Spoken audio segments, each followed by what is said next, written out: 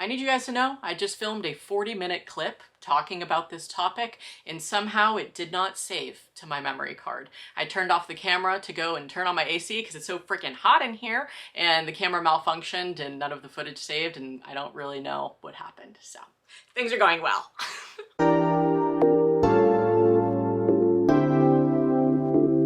Greetings, loved ones, and welcome back to my channel, and welcome to this Nursing 101 video, where I am going to be telling you my experience with nursing and how it's been for me so far over the past like 15 months. I'm just going to be getting into everything I wish I knew, what I wish I was told, all that jazz, while also answering your questions that you sent in on Instagram and on Patreon. So let's go ahead and get into it because I got a lot to say, but I also want to give you a quick PSA that I am not an IBCLC, which is an international board certified lactation consultant, nor am I a lactation nurse or a midwife or anything of that nature. And I'm just going to be sharing my personal experience with breastfeeding, but you should absolutely hire a professional if you're having any lactation issues, or just to have somebody to give you support for your lactation journey, because it can be a roller coaster for sure. And that being said, some people just choose not to nurse. So if that is you, I want you to know that I believe fed is best. And I'm not like a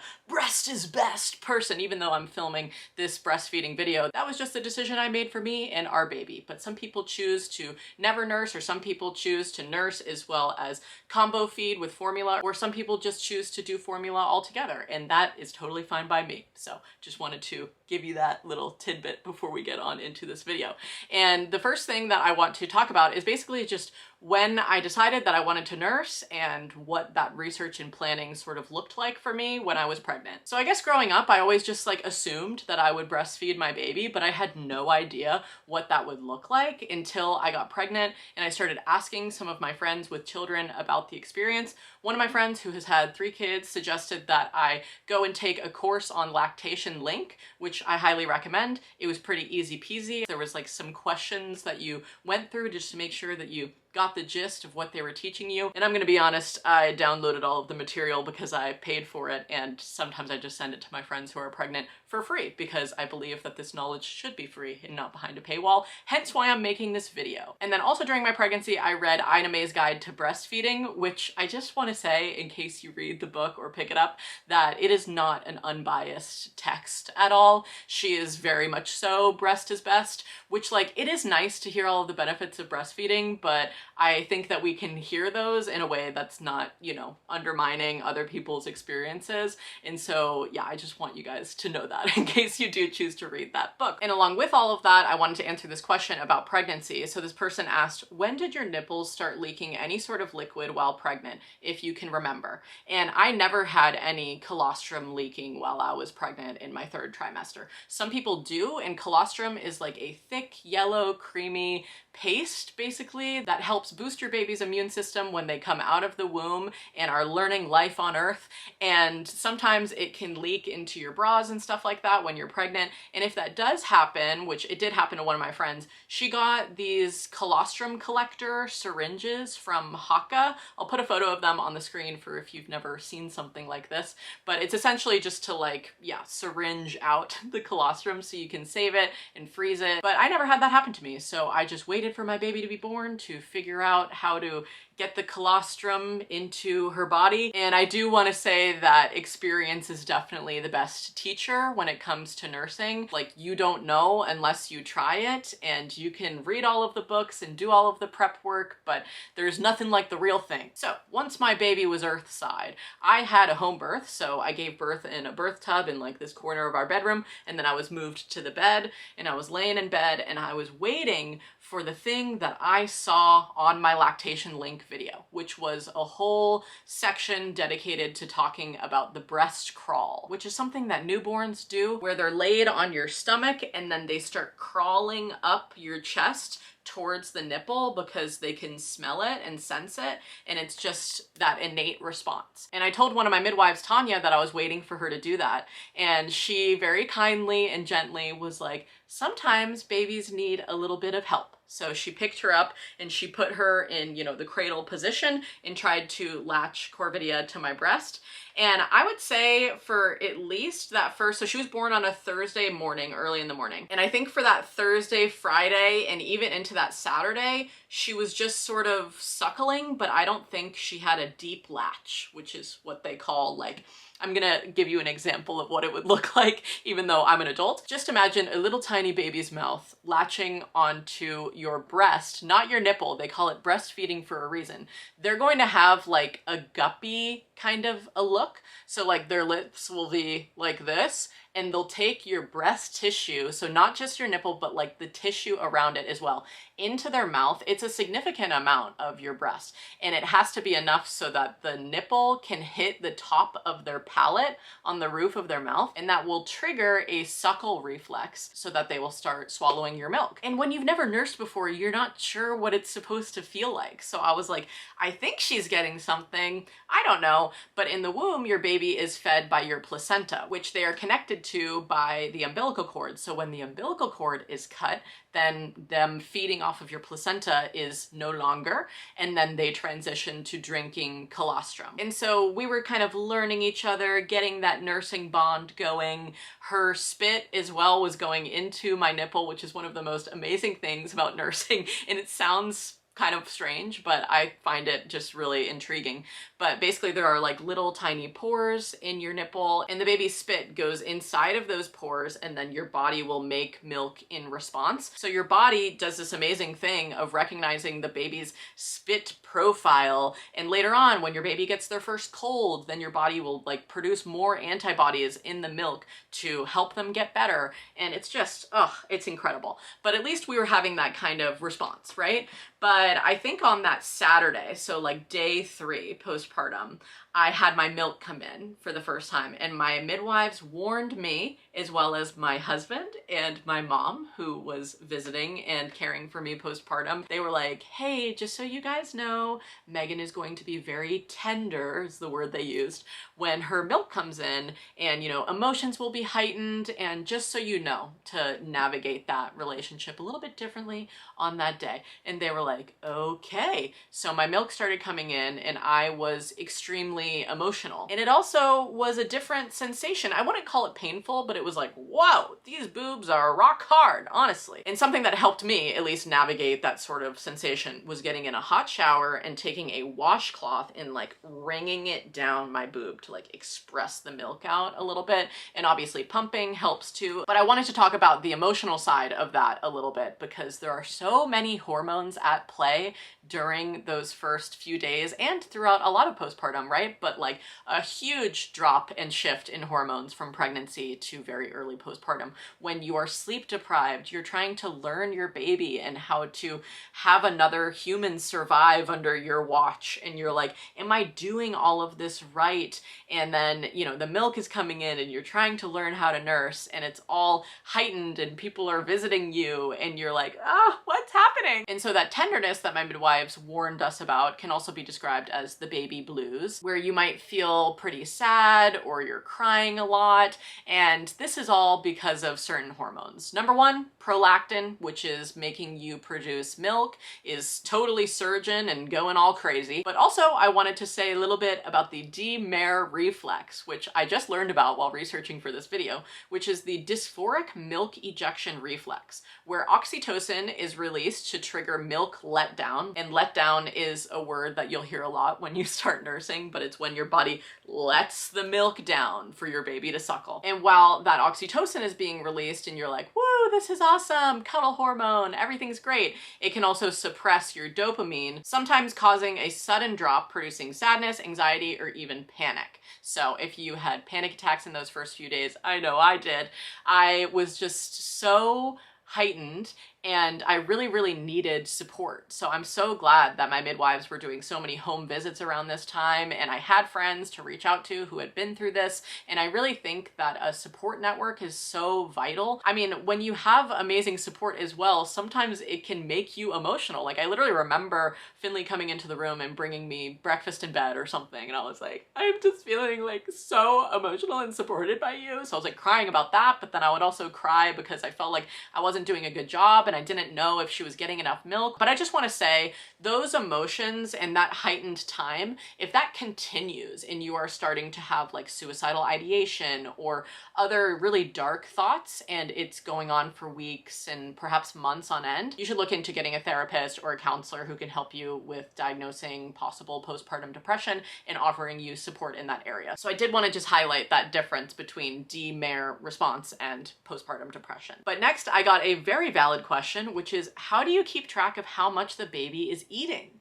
I'm due in December and worried. So those first like 2 or 3 days before your milk is coming in, your baby still has those stores of feeding off of your placenta in the womb, but they will start to get more and more hungry. And I didn't know in those first few days, being a first-time mom, first-time parent, that I was basically just having the baby suckle, but I don't think that she was really getting my colostrum. And it wasn't until like that day when my milk started coming in that my midwives were like, hey, so I think that maybe we should start pumping. They helped me get my pump set up, which is a whole feat to do, okay? So maybe set up or learn how to set up your pump ahead of time so you're not just like crying. Like, am I producing enough milk? Is my baby hungry? What's happening? And you're like trying to fumble with this thing. I'm so grateful. Oh my gosh. Tanya and Rebecca of Sacred Birth Midwifery in Northampton, Mass. Cannot sing their praises enough. But yes, they helped me get that all set up and started me pumping. So I started getting that colostrum out. Your early milk, even when your milk comes in, it's like a mixture of, you know, colostrum is in there, so it's like still a little bit creamy and slightly, you know, maybe yellow in color. But when you start pumping, there will be ounces and milliliters and everything marked on your bottles that the pump will release into. So then you can have that. And then I was feeding Corvidia with a syringe, so giving her the colostrum through that because we weren't really sure if she was latching and getting that. Let me talk about first-time mom must-haves because I got a question about this. So because I'm talking about the pump, let me talk about mine. I got the Baby Buddha. This was covered by my insurance, and I actually got it through Aeroflow, which I will link down below because I was having a lot of trouble getting my pump through my insurance on Babylist, which is the registry website that I used. But I do highly recommend getting a Haka. This basically suctions onto your breast and will collect all of the milk in there. And I was collecting that, and then I would like use the syringe sometimes to pull it out of there. And I got the one with the suction cup on the bottom so that it will stick to whatever surface I'm putting it on. And then the breast pump looks like this, and you can get different flange sizes based on your breast and nipple size and everything like that. So that's why I say like look into this stuff ahead of time and try to get one covered through your health insurance rather than having to pay for $100+ pump. But what I really liked about the Baby Buddha was I found the like suction to be strong enough for me, and then also it's portable, so they like send you with this lanyard. Let me just get the whole thing out, honey. And then you turn it on like this, and you can see in here that starts milking you, starts pulling all the milk out, that little suction cup looking thing, and then it will all collect in here, okay? So I really liked this because I could put it inside my nursing bra and like go around the house. Not that I was really up and about in those first few days. I mostly followed the first 40 days method, so I was very much so at home resting, as you should be after you give birth. And then some other essentials, some temperature controlled bags, so it has like a little code on the bottom that will be like purple means cold, blue means optimal temperature, and white means too hot. So these are from Mom Cozy. You can also get these for free through your insurance. And then another essential for me was wearing these in my bra, which are the LV catch cups. So your nipple goes in here, they go on your boob like that, and then whatever you're leaking will get collected in here, and then I would just check them every few hours, put it in a bag, put it in the freezer. So those were my pumpy things. Also on the pump note, I wanted to say that I got a portable pump, the Baby Buddha, and then also got a wall pump because some people say that they're just stronger, and I highly recommend the Spectra S1. Those are incredible, and it's what my lactation consultants use all the time. So if you just want to have like a wall pump where you're just hooked up, chilling in a chair, milking yourself, that's fine. If you want to have a portable pump option as well, I really like the Baby Buddha. So having some options is great. I got the Spectra for free through a community Facebook group, and then I just changed out the flanges and all of the more sterile things to be for me. Along with that, I would like to say that because we weren't really sure at the beginning if Corvidia was like getting what she needed, along with starting to pump and doing the syringe feeding, my midwives also brought me these nipple shields, which I continued to nurse with for about 5 months. And I don't hold any shame around that anymore because this literally saved my breastfeeding relationship. And I learned to break up with the nipple shields through some hard work on my part and Corvidia's part, and getting referred to different body work specialists. So around like 1 month to 2 months, very early postpartum, I was referred to a craniosacral therapist, and Corvidia and I had about 3 or 4 sessions with her where she basically assessed Corvidia's like spinal alignment and her jaw, and would release some tension in her cheeks and work on her little tiny body, and I would just be like, yes, yes, and watch. But we didn't really see any results from that. And along with my midwives, I was also working with a lactation consultant as well around this time, and she referred me to a pediatric chiropractor instead, and that is what made us break up with the nipple shields, because literally after 1 session, Corvidia was taking my actual nipple. And basically, I'm gonna show you the nipple shields, okay? Because you might not even be understanding what I am talking about. So I was a little worried in late pregnancy that my nipples and just like the biology of them and how they were structured, that they were going to be too flat. They weren't inverted, which some people have inverted nipples, and that's totally normal and fine. And you can still nurse with inverted nipples, but you may need to take some, you know, helpful measures such as this. But again, work with a trained IBCLC, don't just hear it from me. But these are the Medela 20mm nipple shields. And essentially my nipple was so flat that it wasn't triggering her suckle response because she wasn't taking enough of it in her mouth when she nursed to hit the top of her palate. But this, because it's larger and more cone shaped like that, it did. And then it has these little holes at the top, so my colostrum and my milk could go through those holes, and she would drink through this. And even though this did save my initial breastfeeding bond with my daughter and allowed me to nurse through those tough times, I also carried some shame, I would say, with it, because I was like, why can't my body just do the thing that it's supposed to do? Why isn't my nipple coming out to the extent that it should to hit the top of her palate? And why didn't I know about these things? And sure, like the more that you nurse and the more that you pump, your nipples will sort of change and come out a little bit more, but that was just pretty difficult for me. And I would start every nursing session out like offering her my regular nipple and breast, so we would have that kind of spit and milk response going back to each other, but then she would just be like, no, I'm not doing this, and then I would add this on. And yeah, it was definitely a lot of emotions and frustrations at the start, but I do include this in my personal must-haves, but not because I think everybody should go out and get nipple shields. I just want to educate you on them and say that this personally helped me so much, and I would just store them in the cleavage of my nursing bra and walk around and then take it out when I needed to nurse. But you know, it's like another thing to clean and keep track of and all of these things, and I didn't want to use it forever. But yeah, I wish that I was taught about these ahead of time so I would know to call upon them or ask for them, you know? But your IBCLC or lactation helpers along the way will point you in that direction and probably give you these for free, so you don't need to like go ahead and buy them preemptively if you're pregnant and worried about, you know, your nipples or having inverted ones or flat ones or whatever. My other essential is a boppy breastfeeding pillow. Some people really like the breast friend pillows. I personally love my boppy, and I still use this all the time. I can nurse without it, obviously, especially when I'm like out of the house or on the go, but I love this little pattern. We nurse in the bed. Speaking of it, the bed as well, you gotta find a comfy place that you're gonna nurse, and I thought maybe that would be this rocking chair that I thrifted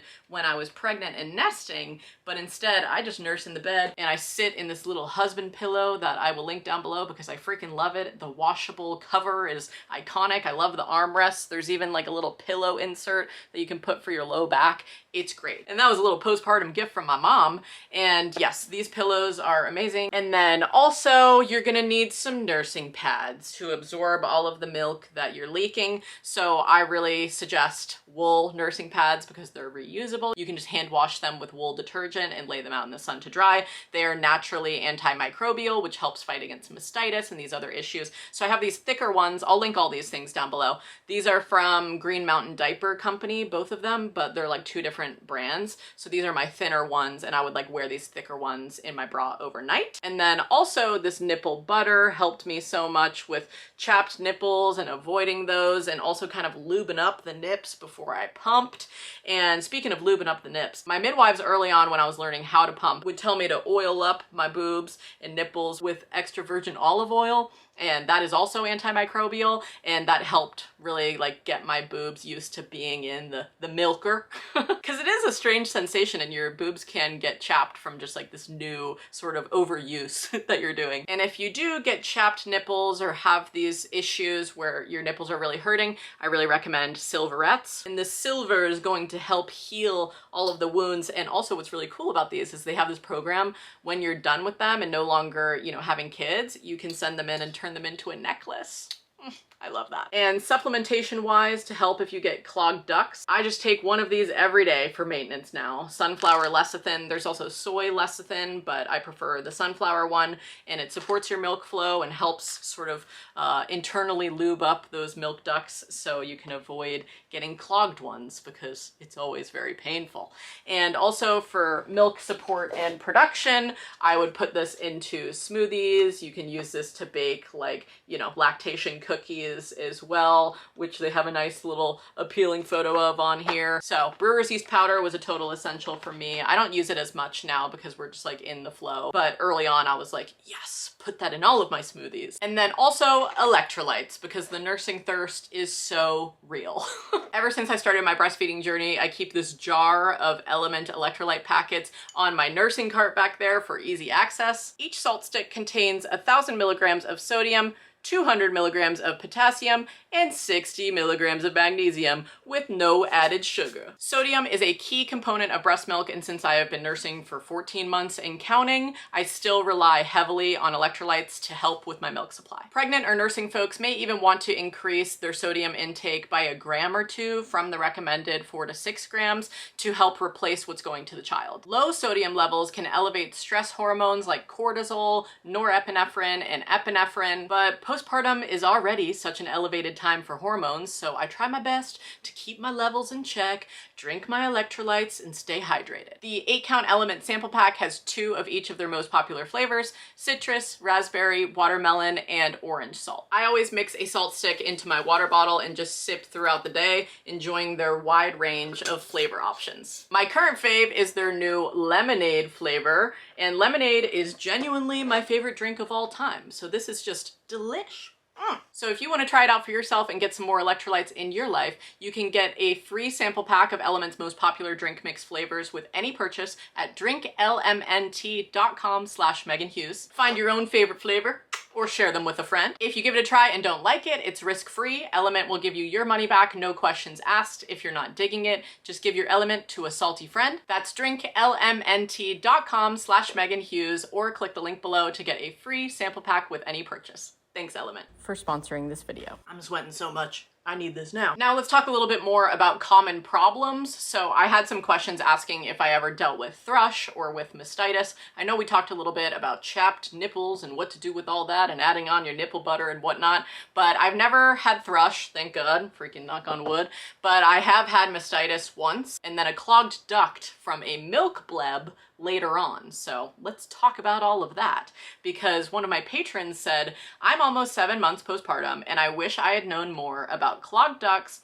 milk blebs, etc. Curious if you've dealt with that, and if so, good remedies. For me, sunflower lecithin has helped a ton for prevention, so that's why I also take it as well. But when I had mastitis, I have like photos in my phone of what it looked like, but it was just like a red, angry spot next to my nipple. And essentially you just get a really clogged milk duct that gets kind of like backed up, and then it causes this angry spot. But mastitis turns into sort of like flu-like symptoms, and my IBCLC helped me through that whole process. But ice and ibuprofen is the protocol now. No heat, because you don't want to put heat on that area because it will just like make it more inflamed, but taking the ibuprofen and icing it will bring the inflammation down, and then the clog will release at some point, whether it's through your baby or through pumping or whatever. But I thought I had mastitis again later on, kind of like at the beginning of this year, because I had a milk bleb on my nipple, which is like a milk blister. And these are the things that you just like don't really hear about very often. They don't tell you about these things when you're just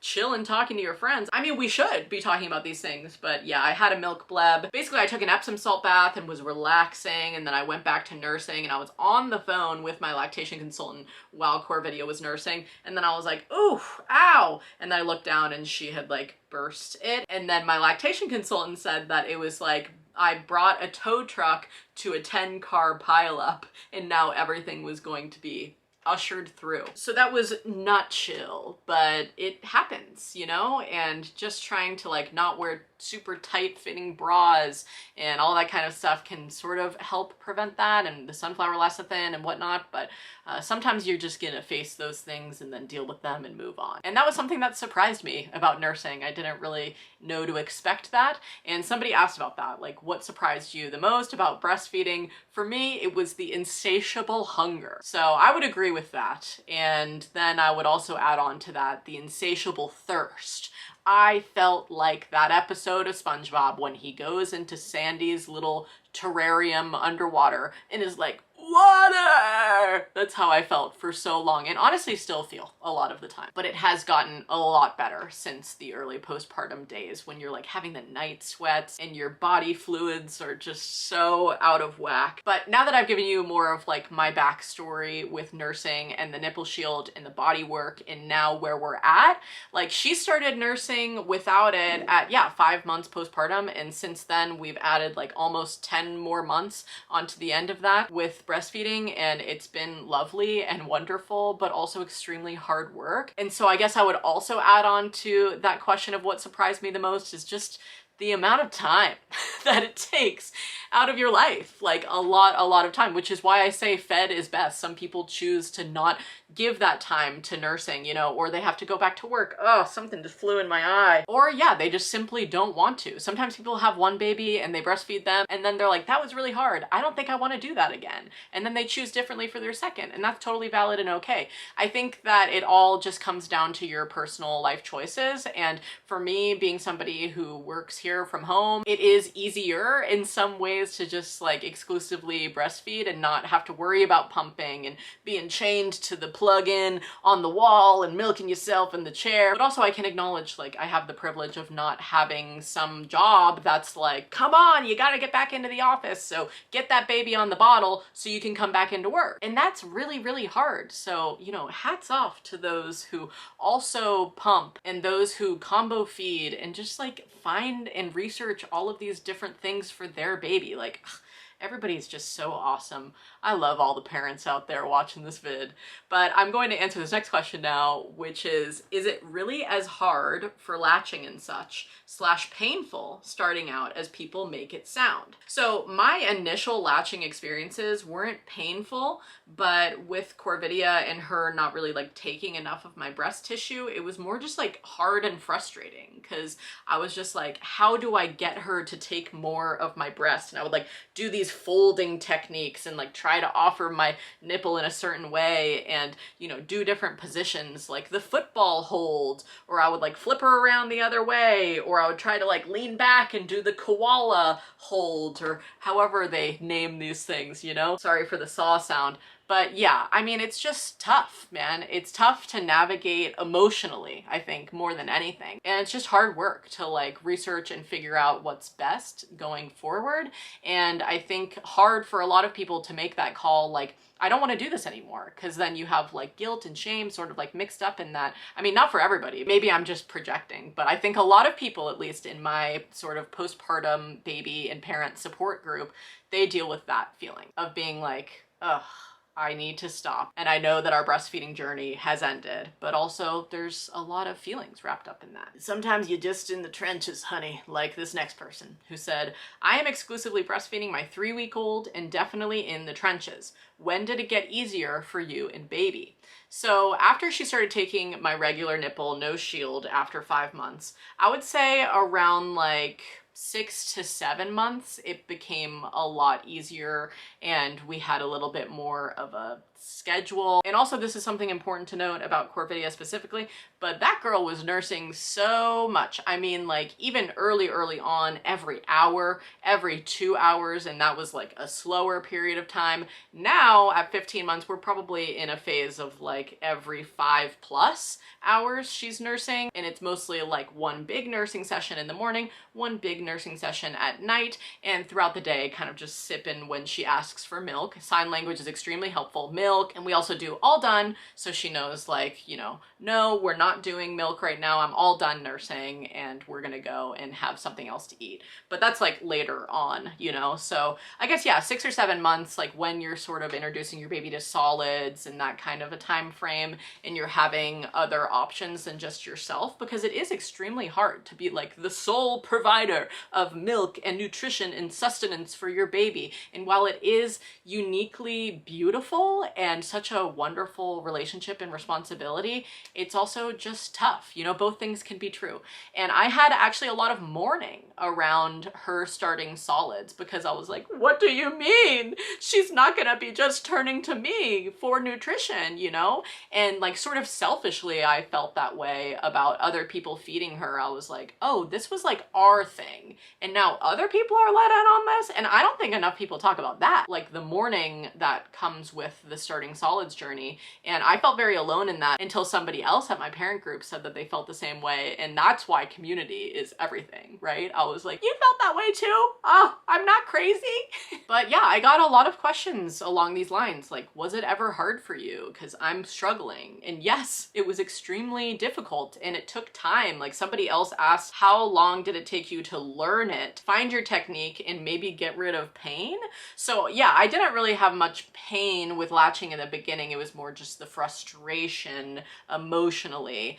But I would have pain when she was teething, because essentially like those little teeth are affecting their latch, because then they just have to relearn how to latch onto your boob all the time, because they're like, I did this before, but not with these 2 big buck teeth in the way, you know? So then it's like learning the relationship all over again. And you know what somebody told me, who was a second-time mom friend of mine, and she, when I was very early postpartum, texted me and was like, Megan, breastfeeding is a dance, and you're not gonna go into the dance knowing all of the steps, and you're not gonna have the choreography down and have this sort of like relationship with your baby already where the chemistry is there and you're like in sync with each other's bodies. Like that takes time to establish that. But somebody else asked about the positions that I found and continue to find the most comfortable. Now that she's a toddler and she's more of a chonker, she's like sitting up on my leg and doing basically the koala hold, and she'll just like lean forward while sitting, and like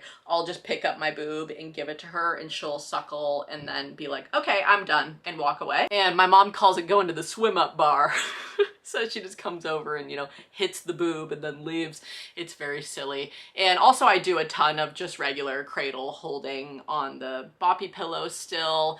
And I think that's kind of my main too. But early on, especially when I was trying to teach her how to latch without the nipple shield, we did a lot of football holding, because then I could like move her. I would have more control of her head to like get that area in there. I don't know. It's really just trial and error, honey. But I want to go back to talking about teething because I got a couple of questions about teething and being scared of the teeth and how did I get through it. But when she was teething like hard, that's when I got my milk bleb. I had to take ibuprofen sometimes because it was just like the pain was so uncomfortable. I was using the Earth Mama nipple butter all the time, lathering them up. I was putting the silverettes on. Oh yeah, it can be tough. But teething is a uniquely difficult experience for so many reasons, not just because your baby is in pain and you want to help them, but also because it can affect different situations like their sleeping habits and their bathrooming habits and your breastfeeding latch and all of these things. And it can make them have like aversions to food or not be as hungry or be more hungry.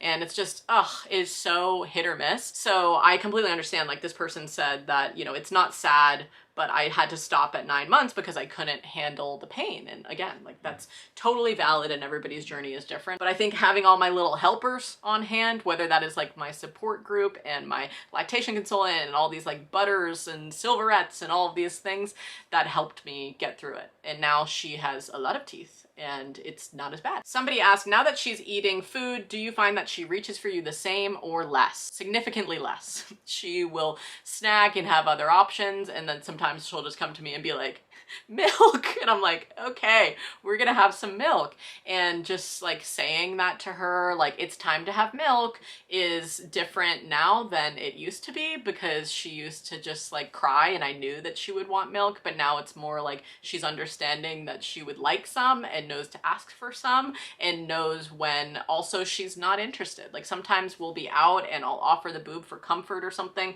and she'll be way too distractible. She's like, no, no, no, looking all around. And somebody asked about that as well, like when I'm out and about nursing, because their 1-year-old is way too distractible. And I found at least around like 9-ish months that she started to be that way about nursing in public, but it was sort of just like a phase. And now sometimes she'll nurse when we're around more people, but most of the time if we're nursing in public, like I'll find somewhere to be and just have a moment with her. And if other people come into the room or she is at baby group and her friends are around, she's not really as interested. I mean, unless she hurts herself and needs a little comfort, then she'll take it even with people around, just because she needs the soothing nature of it. But yeah, around 9 months, it definitely changed a little bit. And somebody also asked about how is nursing in public in Vermont.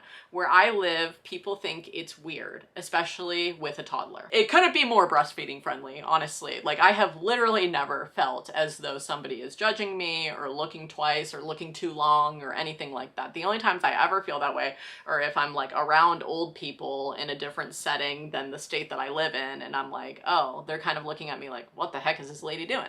But I actually was with one of my friends whose sister had a baby around the same time as me, and we were at the Brattleboro Farmers Market, and there's somebody there who sells like wool little ponchos, but you could use them as nursing covers. And I was like, oh, maybe for your sister you could get one of those nursing covers. And the person at the stall literally goes, a nursing cover in Vermont? Like everybody just is in on the joke. Like you don't need to do that here. So I empathize with people who do, because it's just like so ingrained in the culture here, like very accepting, which is how the world should be. Like, do you expect me not to sustain my baby and give them food? Anyway, I'm gonna answer some sort of harder questions now. When do you think you're gonna stop? I wanted to at 2, but here I am breastfeeding my 3-year-old. So Corvidia has actually shown more weaning behavior recently. So I do think that she may, and I don't know if I'll eat my words on this, but she may be the type of baby who will self-wean, which is not the case for everybody, but she definitely is like asking less. So I think that I'll probably just stop when she wants to stop. Or if I get pregnant again and nursing becomes too overwhelming, like the sensation because your nipples get so sensitive in early pregnancy, if I'm unable to continue nursing through my pregnancy, then maybe I'll stop around then. Also because your milk profile changes when you're pregnant. It tastes more like metallic because of the iron. So sometimes babies just naturally wean around that time too when you get pregnant again. So we shall see, honey. But my plan is to nurse until at least 2. So we'll just see how it goes. And along with that, somebody asked, if you get pregnant again, will you only breastfeed the new baby or both still? So if I am able to continue to nurse throughout another pregnancy before Corvidia turns 2 or weans herself or whatever, and we're still just having that relationship going, then I do plan to dabble in tandem nursing. But again, we'll cross that bridge when we come to it. This next question is about fidget behaviors. So this person asked, does Corvidia twiddle? And if so, how do you deal with it? So twiddling is when your baby is nursing on one nipple and with their little pincher fingers, they start playing with your other nipple while nursing. It's very overstimulating. And how I deal with it is I take her hand and I go, no, no matter how many times she's doing it, no. I cannot handle it. Woo, the cicadas are bumping outside right now.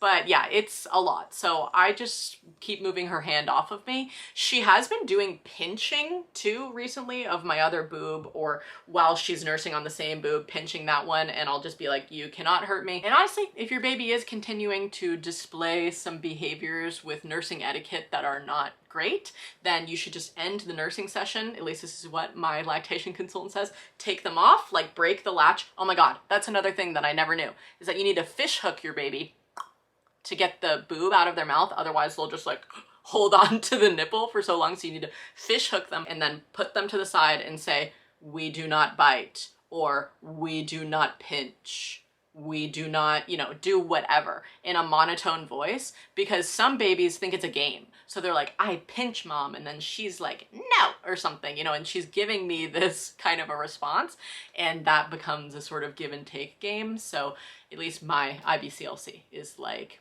in a monotone voice, and you don't look them in the eye. We do not do that. So that's at least how I deal with it. Now let's get into a couple of more hard-hitting questions. This person asked, do you feel like you lost your sense of self from nursing, or was it more empowering? Honestly, it was more empowering, but I definitely lost my sense of time.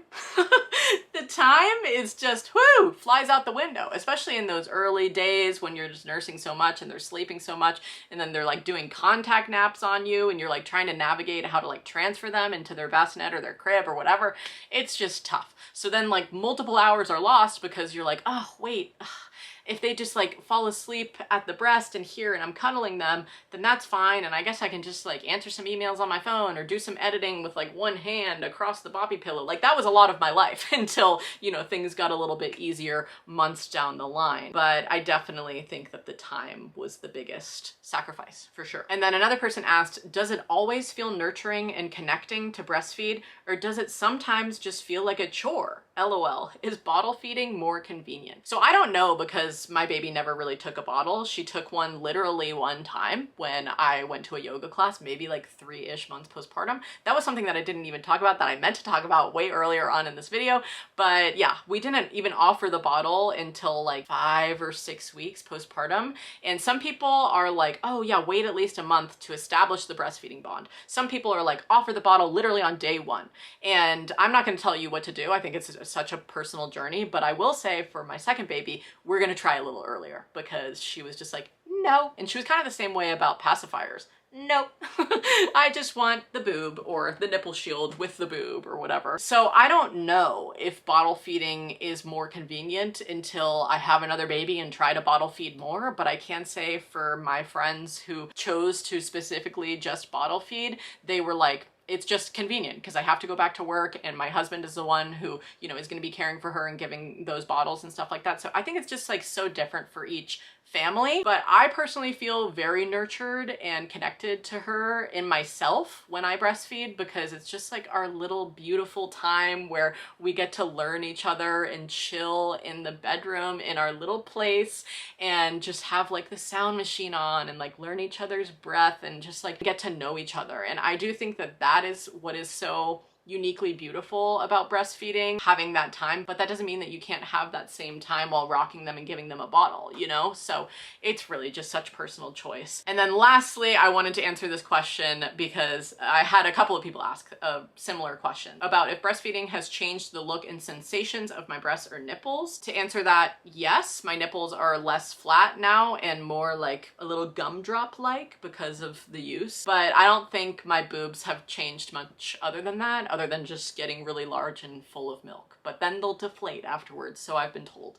And then also in like the intimacy part of that in my relationship with my husband, have they become more or less a part of that? I can imagine it would be hard switching the brain from using breasts for nourishment versus pleasure, LOL. Thank you for making this video and can't wait for all of the info. So I did talk about this in my intimacy after baby video that I will link on the screen, but I don't really offer my boobs as on the menu. You know, I'm not the one like, we should definitely do something with these, because I am using them for a different purpose so often. But if it does come up, I'm not like, no, stop, you know, unless I am like super overstimulated, in which he would just be like, okay. I was never really into like boob stuff anyway beforehand. I guess it's kind of fun to add in every now and again, but I wasn't like, yeah, super into it to where it would feel like that's missing from our intimate relationship now. Anyway, the song's getting louder and I need to wrap it up, honey. I talked about a lot of things and I hope that I answered all of your questions. I know that I probably forgot to talk about so many different things,